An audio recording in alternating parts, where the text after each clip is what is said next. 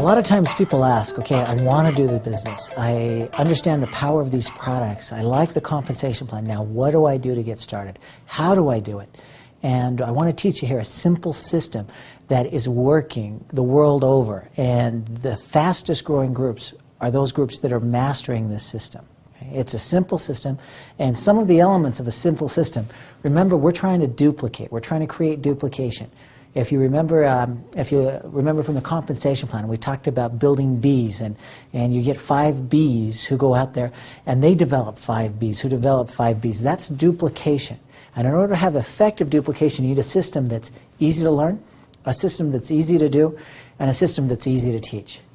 Now remember, duplication starts from the very first time you contact somebody, from the very first thing that you do with your new people, your customers, a potential business builder. They are learning from that very beginning. If it seems like you sell them the products and you're a salesman, then they think, oh, in order for me to do the business, I have to become a salesman. And sometimes people can get so good at what they do, they become a professional that other people can't duplicate, and it actually slows down their growth. And remember, if you remember from the manual, we talk about you don't have to be the expert if you know the expert. You don't have to be the master, you just have to know the master. Well, this is a system that you can get good at that emphasizes those same principles. Again, it's easy to learn, easy to do, easy to teach. And we call it the ABC system. It's as simple as ABC. Here's how it works. A, B, C. A stands for the advisor. B stands for the bridge. And C stands for the customer, client, or contact. Whoever it is that you're going to be approaching. Now, when you start out in this business, you actually probably started as a C. Somebody contacted you, somebody approached you, you tried the products, you listened to the business, you say, you know, I want to get involved. Now you're watching this video because you now are ready to take your first step as a B. And this is where the business starts. If you remember in our diagrams, we use B for business builder. You're starting as a bridge because that's the basics for the business builder. Again, this is the basics for network marketing and how you're going to do that, how you're going to build your business.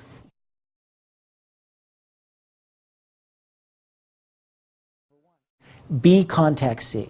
Where do you get your C's from? Well, we encourage you in the training manual and on this DVD, we've told you about making a list, about sitting down and writing down the names of people that you want to work with, or people that you think would be interested in this, people that you want to share these products and this opportunity with. Those are your C's. So how do you do it? You first contact them. You tell them that you have something that you want to talk with them about, or more than that, I often say, I have someone I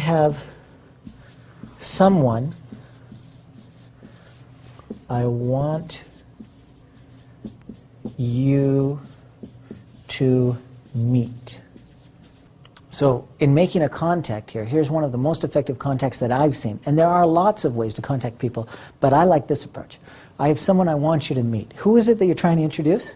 You're going to be introducing your advisor. Okay? So B contacts C and say, I have someone I want you to meet. Or maybe it's that recently I was talking with a friend, my A, and I told him about you and he wants to meet you, or she wants to meet you. So maybe it's the A wants to meet them, but that's the approach, and then B brings C to meet A. Okay? So let's go over this again. This is the basics of network marketing. You make your list, you take, those people become your C's. You contact a C and you bring C to meet A. A presents to C. So A does the presentation. And that's the beauty of it. You don't have to learn the presentation in order to be effective in this business. You don't have to learn it to get started. You have to become a bridge. See, your greatest asset when you get started in this business is your relationship with those people on your list. You've got the relationship here. Other people will have more experience in presenting the business, more experience in explaining the products. They might have more success than you do. Obviously, everybody starts off from the very beginning at the very, well, some people call it the bottom, but you start from zero. And you might not have all of the experience that you would like when you present to other people, but you don't need to. And in fact, it's actually better if you don't try to. You can let someone else be your advisor. Here's your goal. If you're an effective B, You create the atmosphere. You create the excitement that C has when they sit down to listen with A. And so here's your goal is C should be sitting on the edge of his or her seat, waiting to hear what A has to say. When you bring C to meet A, it's not something that's deceptive. It's not where you say, well, come over for a bite to eat, and they get there, and not only do they have donuts, they have a flip chart presentation with it. It's not something like that. It's upfront, it's honest, you treat people with integrity, but you build some excitement here. So C should be sitting on the edge of her seat, or his seat, waiting to hear what A has to say. If you can create that kind of environment, you're effectively what we call teeing up. Teeing up A. If you remember in golf, if you've ever teed off in golf, there's a tee, something that you put the golf ball on. And by having the golf ball on a tee, it's raised up out of the ground, it's easier to hit, and it's easier to hit it further. Right? That's teeing up. It's building up an excitement in C, so they're more and more interested in what A has to say. Okay? Now, some people do the opposite. They do a teeing down. You can do it in a way, it's almost like taking the golf ball and smashing it into the ground or throwing it into a sand pit and then trying to hit the ball. It's much harder to do. So the B actually has the greatest responsibility for building that atmosphere, and that's why the B stands for bridge. Okay? How is it that you do that? Well, there are two things. And the first one is very simple. It's just that whenever you're contacting the C, if you're a bridge and you're contacting C, you're just going to say things that show your respect for A. So let's write that word down, respect. You can say, I have someone that I'd like you to meet that I really admire, or somebody that I have a lot of respect for, or somebody that's been very successful in business, or someone that's an entrepreneur that's a real great guy. Anything you want to do, just a couple of sentences here. You don't want to overkill. You can pull that tee so far up out of the ground that the ball actually falls over. You don't want to do that. It's just a couple of sentences, but that's only the beginning. People say, well, in a couple of sentences, how excited can they get? And the answer is they can't get very excited. Okay? Why are we only doing a couple sentences? If you come back to here, remember the presentation doesn't happen until A gets there. A is doing the presentation, so over the phone you're not, you're just doing the invitation as a B. Now the real key though to this respect is not just what you say when you contact the person. The real key is right here. When you bring them to meet A, it's the respect that you show A. I'll give you a couple of examples to see if you can kind of envision what I mean. I have had 2 times that I've had people introduce me to someone else. They asked me to be the A. And one, I traveled for 3 hours to meet with this person and their group. They had 6 people in the room. And this gentleman stood up in front of the room and says, you know what, I really don't know how to sell this stuff, and so I've asked Blake to come up here so he can sell it to you. Not the most effective introduction I've ever had. These people are, they sat back in their seat, they said, okay, this guy's going to try to sell me something. Very, very different. I had another time, a second example where it was the exact opposite. I get down there to meet the people, and as soon as I get to the place, the person was already there meeting with their C. The B was already sitting down at the table with their C, and they stood up and they came to the door and they greeted me at the door. They walked me over back to the table and they said, oh, thank you so much. This is in front of their C, and they make sure it's in front of their C. Thank you so much for taking time out of your busy schedule to come down here and meet with us. We really appreciate your time. And he introduced me, we exchanged business cards, we sat down, and this person was ready to hear, because of the respect, this white glove treatment, the red carpet treatment that B had shown towards me. C is sitting there, and he didn't know me from Adam before we started. You know, he had heard a couple of sentences before, but when I get there, and B shows me such great respect, he says, wow, if this guy's that important, maybe I should listen to what he has to say. So more than that, it's the attitude, it's the respect that you show at the meeting. And we'll teach you some techniques or maybe some principles of things you can do there to make it more effective in showing your respect. Let's talk about where people should sit. B has brought C to meet A. Okay? So you're there, you're meeting.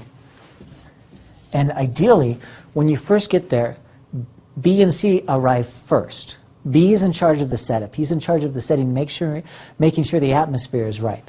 So B will put C so his back is to any distractions. You know, if there's a cute waitress walking by, it should happen behind C.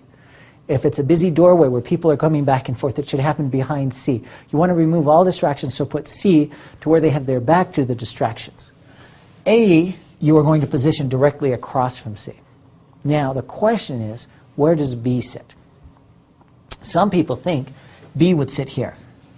They call it a 2-on-1 presentation.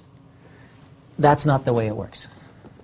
Remember, you have a relationship with C, so your job is two things. Not only do you want to get C to be on the edge of their seat waiting to listen to what A has to say. That's not the only thing you want to do. You want to make B, as a B, you want to make C feel comfortable. So as a B, you're going to sit right here. It's 1-on-2 presentation. You're sitting next to the C. Okay, let's look at what you say when you first bring them in. Let's say for A, you're going to use Andy. Andy is your A. You bring Andy in and you say, you know, Andy, I know you're busy, and I really appreciate your time and coming out here and sharing this information with us.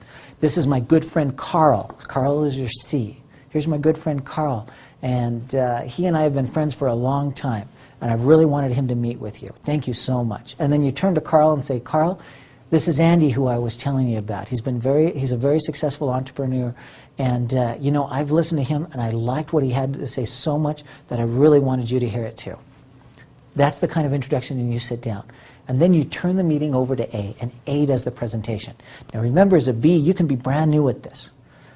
And you don't have to give the presentation because you have somebody there, an advisor, an expert. Andy is there to do it for you.